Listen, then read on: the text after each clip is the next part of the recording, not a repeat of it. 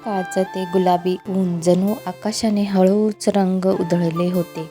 थकलेल्या दिवसाला निरोप देताना मनही शांत होत असतं. हळूवार वारा, निवांत वातावरण आणि त्यात क्षणात सगळंच खूप सुंदर वाटत असतं. आणि छान अशी ही गुलाबी संध्याकाळ, खूप छान असं वातावरण झालेलं आहे आणि बाहेरही छान अशी थंडगार हवेची झुळूक येत आहे. छान हवाही सुटलेली आहे आणि थोडंफार ऊनही आहे. तर अशा पद्धतीचं हे मिक्स वातावरण आहे. तर संध्याकाळ झालेली आहे. नमस्कार मंडळी, तुमच्या सगळ्यांचं खूप खूप स्वागत आहे आपल्या यूट्यूब चॅनलवर. मी अनुराधा. तर चला करूया छानपैकी दिवसाची सुरुवात. म्हणजेच संध्याकाळ झालेली आहे. इव्हिनिंगचा ब्लॉग मी तुमच्यासोबत शेअर करणार आहे. छानपैकी संध्याकाळ झालेली आहे. खूप छान असं गुलाबी गुलाबी संध्याकाळ झालेली आहे. चला संध्याकाळच्या ब्लॉगला सुरुवात करूया. आणि संध्याकाळचं कसं रुटीन असतं माझं ते तुमच्यासोबत शेअर करणार आहे. तर व्हिडिओ पूर्ण बघत राहा शेवटपर्यंत. तर संध्याकाळ झाली आहे. बस मच्छर वगैरे खूप येतात. तर मी ते डोअर वगैरे बंद करून घेते आता.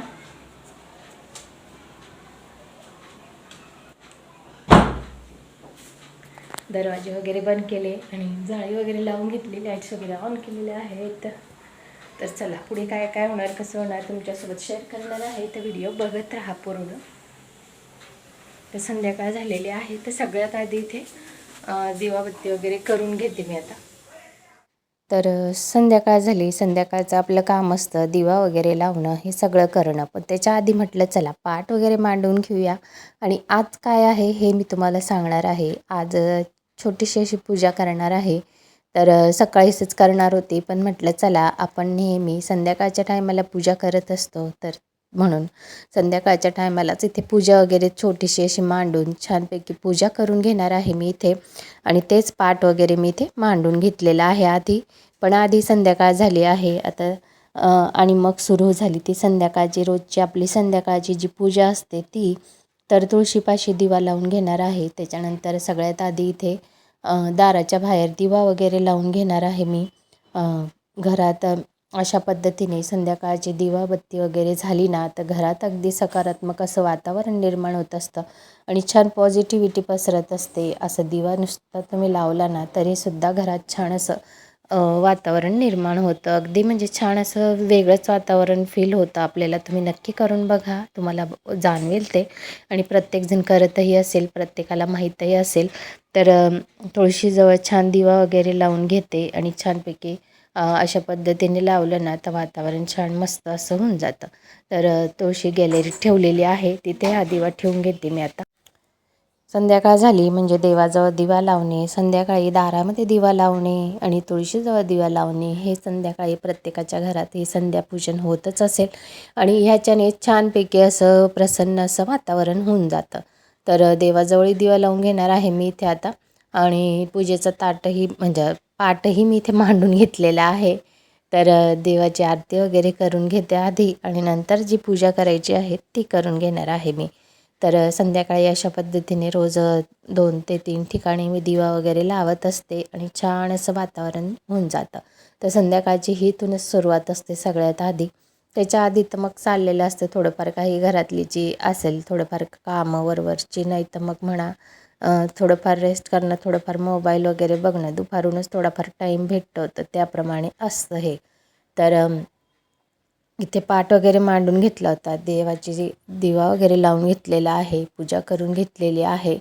तर आज आहे लक्ष्मीपंचमी. तर लक्ष्मीपंचमीच्या दिवशी ही वर्षातून एकचदा येत असते, म्हणून लक्ष्मी मातेची पूजा करून घ्यायची असते आजच्या दिवशी. म्हणून म्हटलं प्रदोष काळामध्ये लक्ष्मी मातेची पूजा वगैरे करून घेऊया. तर अशा पद्धतीने मी इथे पूजा करण्यासाठी पाट वगैरे मांडून घेतला. लक्ष्मी मातेची मूर्ती होती मातीची, ती ठेवून घेतली आहे. तिची पूजा करून घेणार आहे. सगळ्यात आधी दिव्याच्या साक्षीने आपण पूजा वगैरे करत असतो, म्हणून दिवा वगैरे लावून घेतला.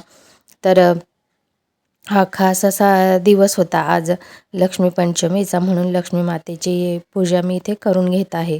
आणि त्याच्यानंतर छानपैकी गणपती बाप्पा सगळ्यात आधी आपण पूजेने सुरुवात होत असते. तर गणपती बाप्पांचा अभिषेक मी इथे करून घेणार आहे.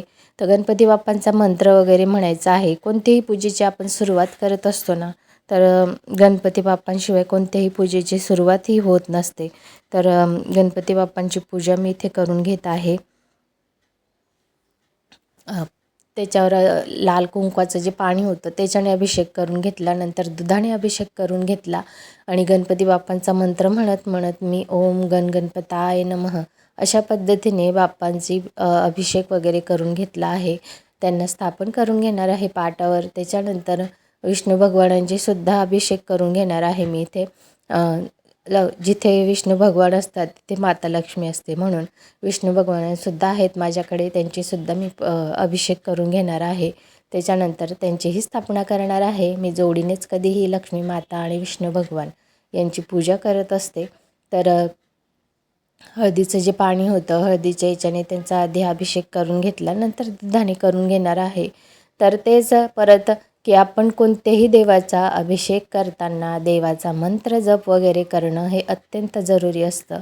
म्हणून विष्णू भगवानांचा मंत्रसुद्धा जप करून घेतला अभिषेक करताना, आणि तो आपल्याला 21 वेळा 11 वेळा किंवा मग 108 वेळा तुम्ही म्हणू शकता.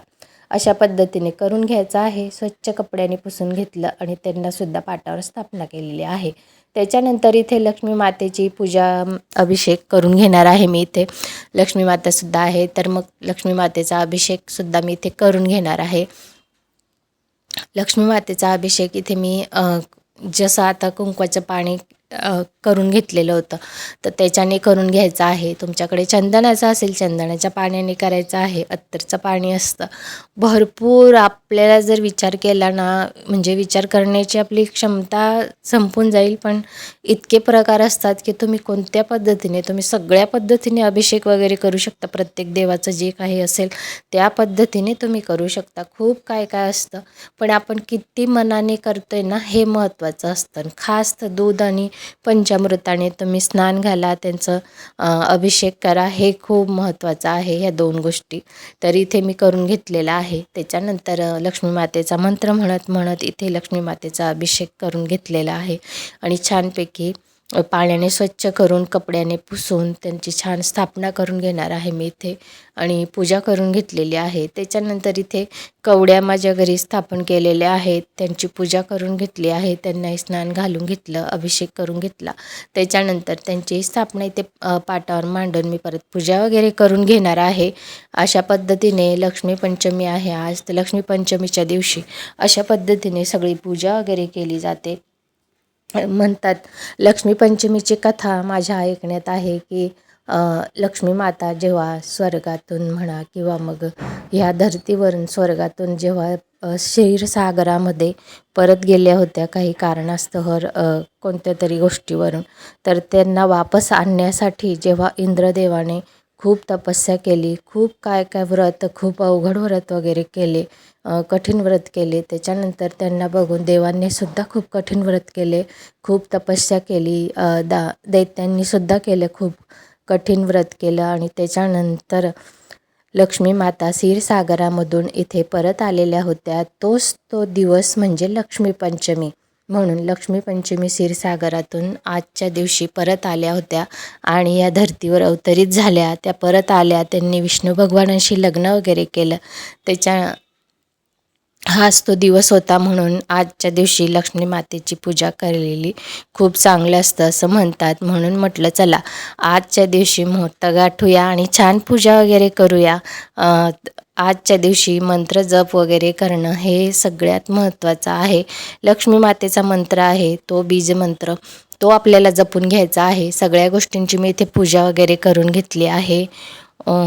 आणि त्याच्यानंतर ओम महालक्ष्मीचं विद्महे विष्णुपत्नीचं धीमहि तन्नो लक्ष्मी प्रचोदयातम असा हा मंत्राचा जप मी करून घेतलेला आहे. त्याच्यानंतर लक्ष्मी अष्टकम म्हणून घेतलेला आहे, 11 वेळा म्हटलेला आहे, जास्त काही मी म्हटलेलं नाही आहे. त्याच्यानंतर 108 वेळा इथे मंत्र वगैरे जप करून घेतलेला आहे, विष्णू भगवानांचाही करून घेतलेला आहे. त्याच्यानंतर श्रीसूक्तम आहे, जे म्हणायचं आहे आपल्याला श्रीसूक्तमसुद्धा मी ते पाठ करून घेतलेलं आहे. तसं तर मी रोजच म्हणत असते, पण आजच्या दिवशी आवर्जून आपल्याला सगळ्या सेवा ह्या करून घ्यायच्या आहेत. तर अशा पद्धतीने छोटीशी पूजा मी इथे करून घेतली आणि छोटंसं वाटीमध्ये इथे गोड दूध बनवून घेतलं होतं. तुम्ही खिरीचा नैवेद्य दाखवू शकता, खूप काय काय मोठी पूजाही तुम्ही करू शकता, पण आपल्याला शक्य होईल त्याप्रमाणे आपली कोणताही सण असो काही असेल तर देवाला अगदी मनापासून आर्ततेने हाक मारलेली ही कधीही ऐकायला जाते असं म्हटलं जातं. तर मी माझ्या पद्धतीने छोटीशी छान अशी पूजा करून घेतली इथे. तुम्ही मोठ्या पद्धतीने सुद्धा करत असताल किंवा करतही असाल किंवा मग करणार असाल तर या पद्धतीने दरवर्षी तुम्ही पूजा करू शकता. तर मी या पद्धतीने करून घेते. सगळ्यात आधी पूजा वगैरे करून घेतली, सगळी मांडणी झाली, सविस्तर अशी व्यवस्थित पूजा केली. त्याच्यानंतर सगळ्यात आधी म्हटलं चला आरती वगैरे आवरून घेऊया. मग मंत्र वगैरे जप करायला घेतलं ना मग ते खूप लांबणीवर जातं आणि मग खूप उशीर लागतो, म्हणून आरती वगैरे करून घेतली सगळ्यात आधी. त्याच्यानंतर पुढचं काय आहे ते मी करून घेणार आहे सगळ्या सेवा. तर आरती वगैरे करून घेत आहे मी इथे. आरती वगैरे झाली ना म्हणजे कसं अनेक पूर्णे वगैरे त्याच्याने आरती करून घ्यायची आहे. आणि आता नवरात्री चालू आहे, चैत्र नवरात्री. तर ह्या चैत्र नवरात्रीतसुद्धा आपण पंचमीच्या दिवशी पूजा अर्चा करत असतो. कोणी घरात घटही बसवले असेल चैत्र पौर्णिमेचे, पण आमच्याकडे घट वगैरे चैत्र पौर्णिमेत नाही बसवले जात. पण आपण देवीची पूजा वगैरे तर नेहमीच करत असतो. मग देवीचे मंत्र तुम्ही इथे म्हणू शकता, देवीला कुंकुमार्चन वगैरे करू शकता आजच्या दिवशी म्हणा, किंवा मग आता नवरात्री चालूच आहे तर चालू नवरात्रीमध्ये या सगळ्या सेवा आपल्याकडून झाल्या पाहिजे. देवीचा मंत्र जप करून झाला पाहिजे, देवीवर कुंकुमार्चन करून झालं पाहिजे, देवीच्या ज्या नित्यसेवा आहेत त्या सगळ्या करून झाल्या पाहिजेत. तर अशा पद्धतीने पूजा आरती वगैरे सगळं करून झालेलं आहे. आता कमळाची फुलं वगैरे नव्हती म्हणून कमळागट्ट्याची जी माळ आहे तीच मी इथे अर्पण करून घेतलेली आहे. त्याच्यानंतर मी ती माळ उतरून तिच्यानेच मंत्रजप वगैरे साधना करून घेणार आहे. जे काय उपासना मला नित्यसेवा जी करायची आहे ती करून घेणार आहे मी इथे. तर अशा पद्धतीने मी छोटीशी लक्ष्मी मातेची पूजा इथे करून घेतलेली आहे. तुम्हाला कसं वाटलं ते मला नक्की कमेंटमध्ये सांगा.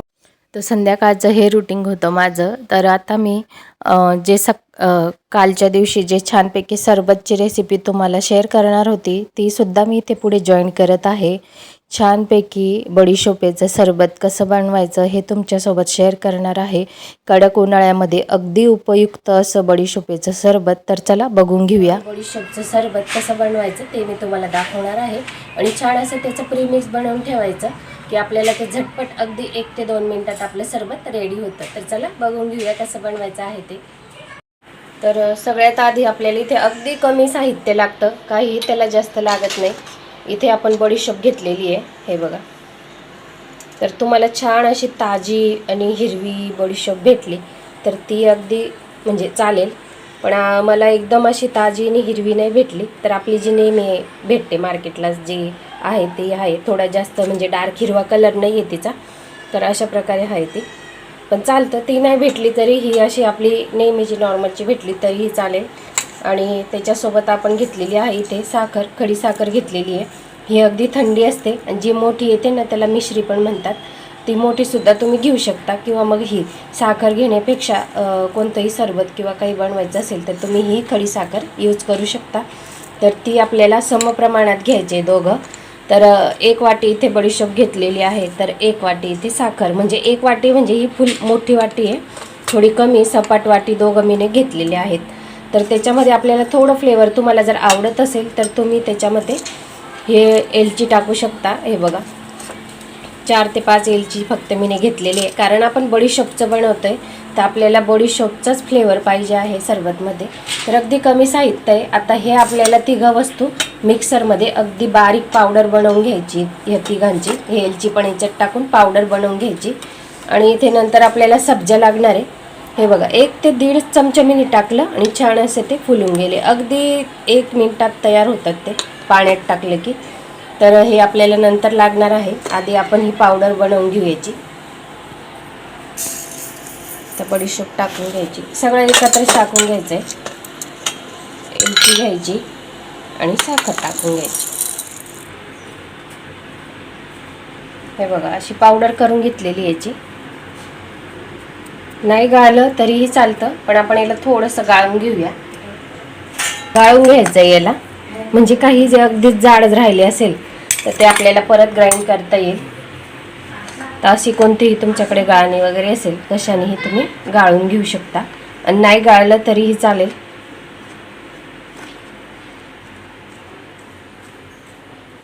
तर हे बघा हे असं जाड राहिलं की याला परत आपण मिक्सरमध्ये ग्राइंड करून घेऊ, म्हणून हे गाळून घ्यायचं असतं. तर आता हे टाकलं की याची थोडी पावडर करून आपण याच्यात टाकून घेणार आहोत. तर हे बघा आपलं प्रीमिक्स बडीशोपचं रेडी झालेलं आहे. तुम्ही अगदी 1 ते 2 मिनटात आता हे जर रेडी असेल तर याला छान असं बॉटलमध्ये भरून ठेवायचं आणि 1-2 मिनटातच सरबत रेडी करून तुम्ही कोणालाही देऊ शकता. तर हे आपलं असं प्रीमिक्स रेडी झालं आहे. तर आपण आता सरबत बनवून घेणार आहोत, तेही 2 प्रकाराचं. आपण एक पाण्यासोबत बनवणार आहोत आणि एक दुधासोबत. अगदी छान लागतं. आधी पाणी घेऊन घेऊया. ग्लासात बर्फ टाकला आहे आणि थंड पाणी आहे हे. आणि इकडच्या ग्लासामध्ये आपल्याला दूध घ्यायचं आहे. जर तुम्हाला ॲसिडिटी वगैरे होत असेल उन्हाळ्यामध्ये तर तुम्ही हे दुधासोबत घेऊ शकता. सगळ्यात आधी पाण्यामध्ये टाकून घ्यायचं आहे. 1 ते 1.5 चमचा आपल्याला टाकून घ्यायचं आहे आणि चांगलं असं मिक्स करून घ्यायचं आहे. 1 ते 1.5 चमचा घ्या, अगदी परफेक्ट आहे 1 ग्लासासाठी. आणि मिक्स करून घ्यायचं आहे. त्याच्यामध्ये आपल्याला चिमूटभर काळं मीठ किंवा लाल मीठ जे असतं ते टाकून घ्यायचं आहे. 1 चिमूट टाकायचं आहे. तुम्हाला आवडत असेल तर घ्या, नाही घेतलं तरीही चालेल. आणि मिक्स करून घ्यायचं. याच्यात तुम्ही लिंबू ज्यूस पण टाकू शकता थोडासा. टेस्ट आवडत असेल लिंबूची तर तुम्ही याच्यात घेऊ शकता. आपण अगदी थोडासा 2-3 ड्रॉप टाकून घेऊया टेस्ट म्हणून. थोडीशी पुदिन्याची पाने ठेवायची आणि इथे डेकोरेट करून घेऊया लिंबूने सुद्धा टाकून घ्यायचं आहे. 1 ते 1.5 चमचा. तुम्ही 2 चमचे घेतलं तरीही चालेल जर आवडत असेल तुम्हाला तर. पण एका ग्लासासाठी 1.5 चमचा हे मेजरमेंट ठेवायचं, म्हणजे टेस्ट अगदी छान येईल. पूर्ण जे आपण पावडर टाकल्यावर थोड्या गाठा आहे बघा होता ना, त्या पूर्ण मोडून घ्यायच्या आहे. असं चमच्याने असं करून घ्यायचं, म्हणजे सगळ्या गाठा मोडता. चांगलं हलवून घ्यायचं त्याला. आपण हे जे सब्जा भिजत घातला होता ते टाकून घ्यायचं. 1-1 चमचा टाकून घ्यायचे. सब्जा टाकल्यावर मिक्स करून घ्यायचं. तर अगदी छान आणि गरमीमध्ये थंडक देणारे 2 सरबत आपले रेडी झालेले आहेत. आणि अगदी छान गरमीमध्ये बडीशोप अगदी थंड असते आणि खडी साखरसुद्धा थंड असते, तर अगदी उपयोगात येणार आहे आणि झटपटसुद्धा बनवू शकता. कोणी गेस्ट आले असेल तर तुम्ही फटक्यात बनवून देऊ शकता. छान असं प्रीमिक्स बनवून ठेवायचं. अगदी बॉटलमध्ये भरून ठेवा तुम्ही, कोणत्याही बॉटलमध्ये, आणि फ्रीजमध्ये स्टोअर करू शकता तुम्ही त्याला. तुम्हाला जर हे सरबतची रेसिपी आवडली असेल तर लाईक, शेअर आणि सबस्क्राईब करा. सबस्क्राईब करणं अगदी फ्री आहे, तर चॅनलला नक्की सबस्क्राईब करा. तुम्ही तुमच्या फ्रेंड सर्कलमध्ये सुद्धा व्हिडिओ शेअर करू शकता आणि नक्कीच चॅनलला सबस्क्राईब करा. थँक्यू.